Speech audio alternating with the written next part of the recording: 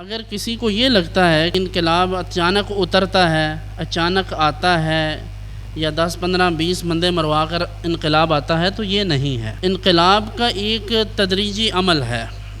سب سے پہلے ہمارے سامنے نبی کریم صلی اللہ علیہ وسلم کی ذات گرامی ہے۔ اب دیکھیے کہ حضور اکرم صلی اللہ علیہ وسلم نے جو انقلاب برپا کیا ہے پوری دنیا میں، پوری انسانیت پر اس کے اثرات ہیں آج بھی۔ اس کا نقطہ آغاز کیا ہے وہ دیکھیں۔ اعلان نبوت سے پہلے کی زندگی، جسے نبی کریم صلی اللہ علیہ وسلم نے بطور دلیل ان کے سامنے رکھا کہ میں تمہارے ساتھ رہا ہوں 40 برس، امانت میں خیانت نہیں کی، جھوٹ نہیں بولا، وعدہ خلافی نہیں کی۔ یہ چند چیزیں جو اخلاقیات میں آتی ہیں۔ پھر اس کے بعد اعلان نبوت ہوا ہے۔